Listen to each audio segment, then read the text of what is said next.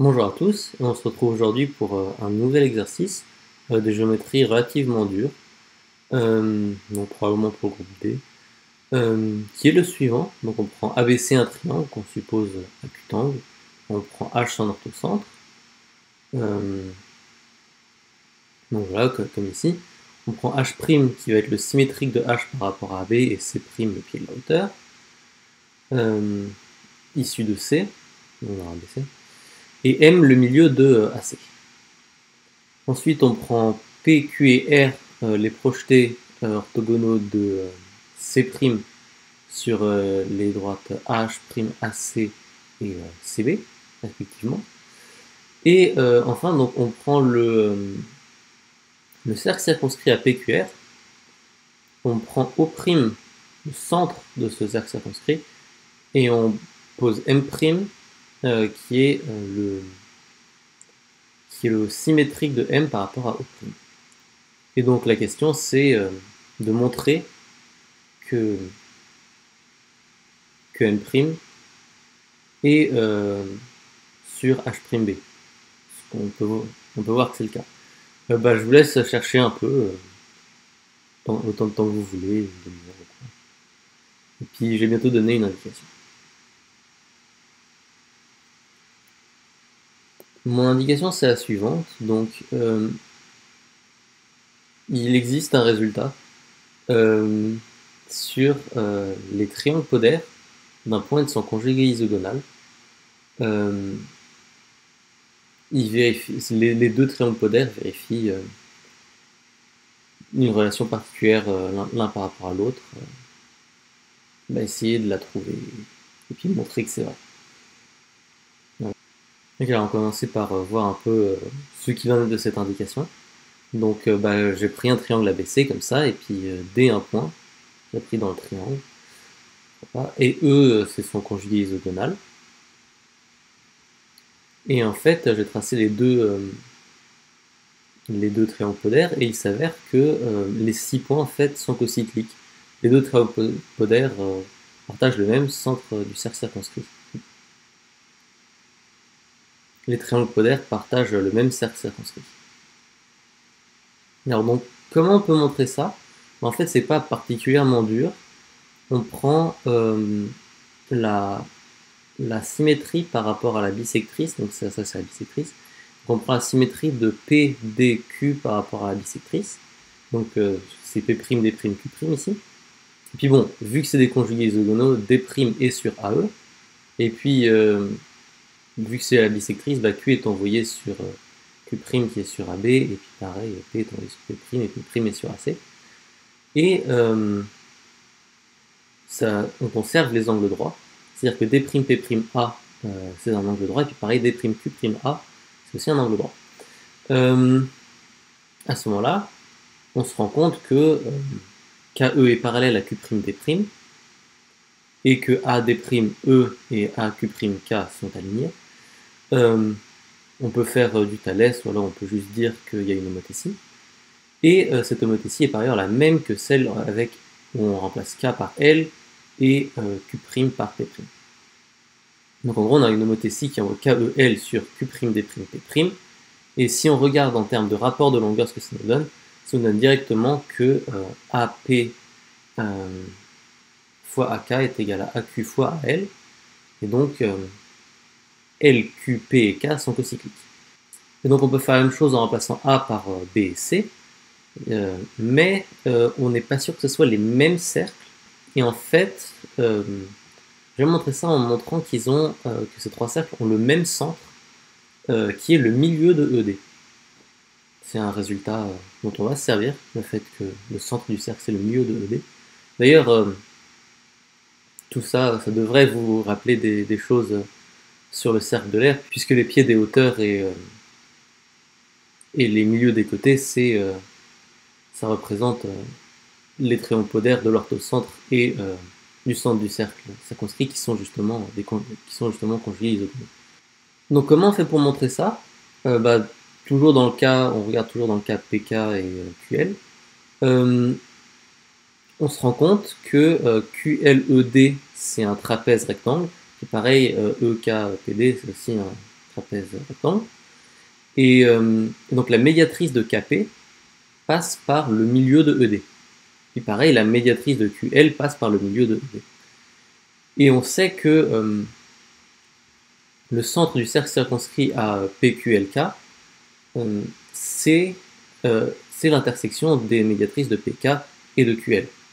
Donc vu qu'il n'y a qu'un seul point d'intersection, c'est aussi le milieu de ED. Et on a fini puisqu'on a montré que c'était le même centre du cercle circonscrit pour PQLK, pour PRKM et pour QRML. Voilà. Donc ça c'est pour ce petit lemme intermédiaire qui était l'indication. Et on se retrouve sur notre figure préférée, à laquelle on va rajouter quelques petites choses qui sont intéressantes, comme par exemple le fait que AH'BC est cyclique. Donc ça, c'est un résultat que normalement vous devrez connaître, et puis sinon, c'est une chasse aux angles pas très dure. C'est d'ailleurs un résultat qui sert pour montrer que le cercle de l'air passe bien par les 9 points qu'on connaît. Donc voilà, c'est ce qu'on retrouve sur cette figure. Et en fait, on se rend compte qu'on a un peu un triangle polaire ici. PQR, ça ressemble beaucoup à un triangle polaire, on pourrait le projeter par rapport à 3 côtés. C'est juste que AH'BC, c'est pas vraiment un triangle. Hein. Et en fait, ça peut le devenir en prenant l'intersection de AH' et de BC, qui va être par là-bas.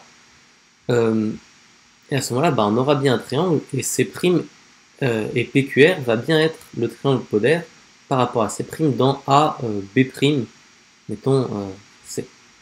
Donc voilà, c'est ce que j'écris ici. Et maintenant, il s'avère qu'il faudrait trouver le conjugué isogonal de C' dans AB', et en fait, il s'avère que c'est O. Alors, comment on fait pour montrer ça? Déjà, le fait que par rapport à la bisectrice de ACB, CO et CC' sont symétriques, ça c'est juste dû au fait que O et H sont conjugués isogonaux dans ABC. Et en plus, H'AC est égal à C'AH, bon ça c'est juste parce que c'est le symétrique par rapport à AB.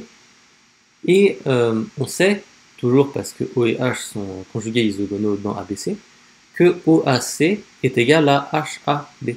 Donc, HAB qui est égal à H'AB. Donc ça nous dit quoi? Ça nous dit que le triangle polaire de C' dans AB', qui est donc PQR, et le triangle polaire de O dans AB', qui est M, le point ici et un point quelque part par ici, c'est l'intersection du cercle avec H', donc c'est ce point ici, sont cocycliques. Donc ça nous montre en particulier quelque chose qu'on a remarqué dès le début, qui est que M est sur le cercle circonscrit à PQR. Il faut remarquer qu'on pourrait faire la même chose en remplaçant B par A, c'est-à-dire qu'à la place de prendre B', l'intersection de AH' et de BC, on prend A', l'intersection de AC avec BH', qui va cette fois-ci être par là-haut. Et cette fois-ci, le cercle circonscrit à QR et ce point-là, enfin le projeté orthogonal de C' sur BH', et le milieu de BH' sont sur le cercle circonscrit à QM et R, qui est donc le même que le cercle circonscrit à PQR. Donc ça, on est plutôt content. Et donc, tout ça pour dire que on a un autre point intéressant qui est le projeté orthogonal de C' sur BH', qu'on va appeler, mettons, S, on a déjà PQR. Et en plus, on remarque quelque chose d'assez intéressant sur ce point, c'est que S, C' et M sont alignés. Et en fait, c'est ce qu'on va montrer, que S, C' et M sont alignés. Donc voilà, c'est une chasse aux angles relativement gentille, donc on coupe l'angle MC'(S) en MC'(A), AC'(H') et SC'(H'). Cet angle-là, ça fait 90. Cet angle-là, ici, vu que AC'(C) est rectangle, AC'(M) est isocèle en M. Donc, MC'(A) c'est égal à C'(M), et H'C'(S) est égal à H'BA, parce que ici on a un angle droit et ici on a un angle droit. Et ensuite, H'BA, c'est égal à H'CA. Donc H'CA est bien complémentaire à BAC. Et on a montré que la somme de ces trois angles faisait pi, donc que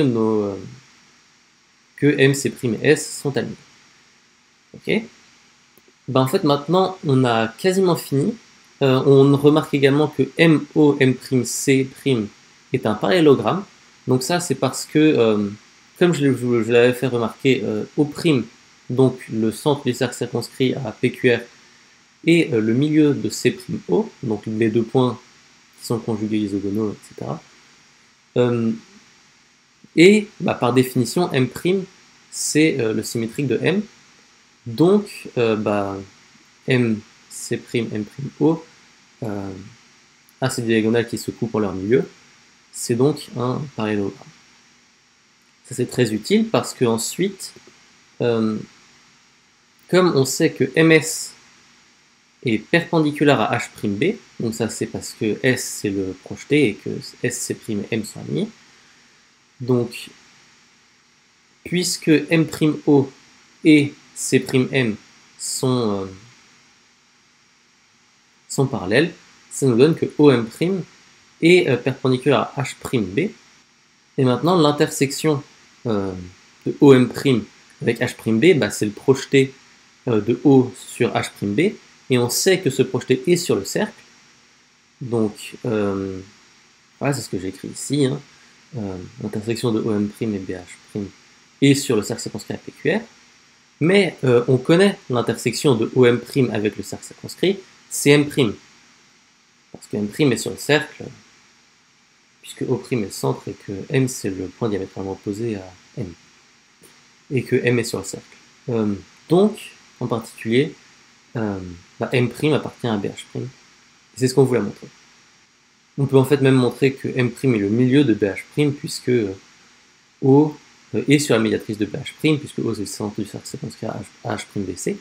OM' est perpendiculaire à H'B, ce qui nous donne que M' est le milieu de H'B.